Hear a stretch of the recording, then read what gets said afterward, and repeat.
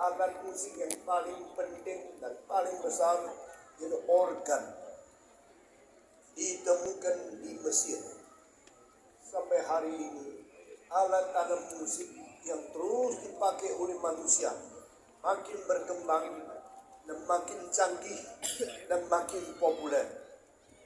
Dari istana ada yang main musik untuk raja, presiden, sampai di tengah jalan ada yang main musik untuk cari uang sedikit. Tetapi negara makin maju, makin mengindahkan, makin menghargai, makin menghormati musikus, yang menjadikan salah satu orang yang bikin perangkat dan bikin martabat musikus dikenal seluruh dunia itu adalah seorang Jerman yang namanya Ludwig van Beethoven. Setelah dia, musik tidak lagi dilecehkan oleh orang. Satu kali dia berbicara dengan orang pangeran yang paling penting, dia panggil seorang main musik piano di gedung, di tempat istana itu. Tengah-tengah dia main musik, raja bicara makin lama makin keras. Akhirnya lupa Beethoven sedang main piano. Beethoven sedang main piano, dengar berisik suara keras dan tidak menghargai musik. Dia marah. Beethoven bangun, stop main piano, menutup piano itu dengan suara keras. Diam! Setelah tutup, raja itu marah sekali. Kenapa kau berhenti main? Kenapa kau tutupin itu piano? Beethoven tidak berbicara apa, cuma marah. Kamu yang tidak menghargai musik, tidak layak dengar saya main piano. Dia keluar, balik. Dia tidak mau balik. Dikasih teriakan tidak balik, ditambah uang tidak balik. Mulai hari itu presiden, raja baru mulai tahu tidak boleh main-main sama musik. Dari kecil saya cinta musik. Umur 10 saya cinta ingin mempunyai piano, tapi tidak ada. Saya nangis, saya miskin. Saya ambil satu helai kayu, lalu saya cat putih, cat hitam, lalu gambar semua karena piano di situ. Saya main piano di atas kayu yang digambar dengan cat-cat, tapi tidak bersuara. Saya bersuara dari mulut. Tabu-tabu menipu sendiri. Di situ mulai umur 15 saya belajar bikin lagu.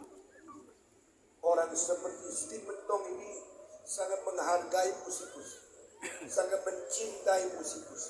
Terus saya kalau lihat orang berbakat, hati saya senangnya luar biasa. Kalau lihat anak berbakat, saya sayangnya luar biasa. Itu sebab seumur hidup saya berniat, berjanji menjadikan musik dihargai oleh nusa, bangsa, dan semua manusia. Pada waktu saya makin besar, makin dewasa, saya bikin oratorio society. Saya bikin simfoni orkestra. Saya membuat orang-orang yang bisa belajar musik dihargai. Dan tidak terjadinya di Jakarta ada Jakarta Simfonia Orkestra. Di Jakarta ada Jakarta Oratorio Society. Saya dirikan dan saya mencintai dan saya berani membayar. Setelah saya makin lama uangnya makin banyak, saya menjadi orang yang mendukung musik. Saudara-saudara, 3 tahun yang lalu kita adakan satu kali konser Monas Akbar yang datang 23.000. Di luar dugaan, ternyata orang Jakarta cinta musik. Tahun ini kita mengadakan. Mengapa berhenti 3 tahun? Karena COVID. Karena pandemik. Dengan hati yang sedih kita berhenti. Hari ini kita mulai lagi. Kalau Tuhan mengizinkan, harap setiap tahun ada. Amin. Nah, sekarang saya kasih tahu, musikus kita sangat rajin, sangat setia, dan saya sangat mencintai mereka. Mereka hidup susah karena hidup dari musik tidak gampang. Namun demikian, mereka rela berjuang, rela belajar mati-matian, dan rela maju.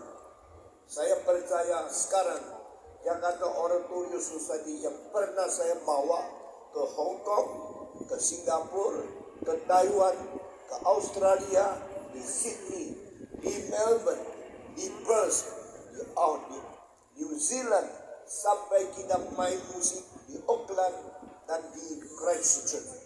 Pakai uang bermiliar-miliar. Mereka sekarang sudah mempunyai confidence lebih besar. Berani main musik yang besar, yang sulit, di mana saja. Saudara-saudara tidak bersyukur. Saya harap selain saya, saudara semua cintailah musikus. Inilah orang-orang sangat berharga di Indonesia. Tetapi Indonesia masih kurang menghargai. Mari kita tepuk tangan untuk mereka.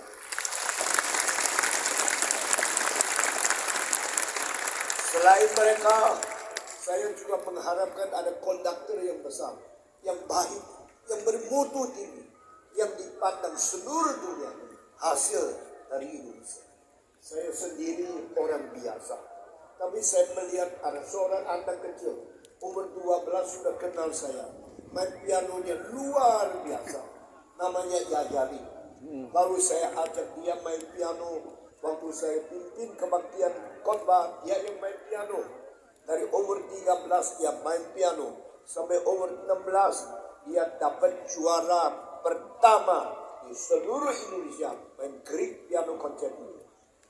Tahun kedua dia dapat lagi sekali Greek piano concerto, dia dapat lagi juara pertama.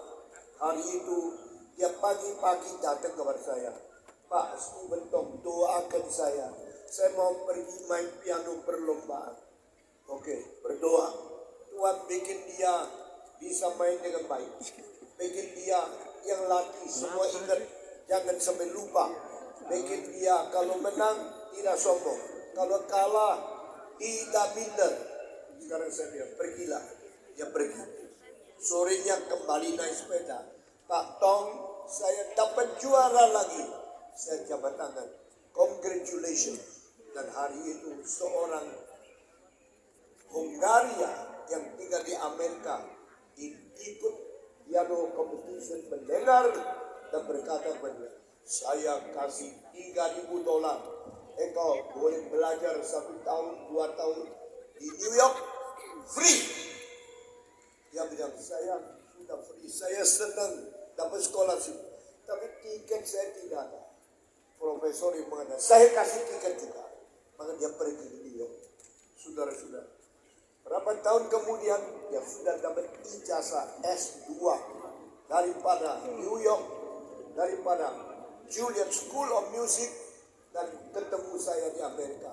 Dia bilang, Pak Tong, saya mau ambil doktorat di dalam Yale University untuk conducting.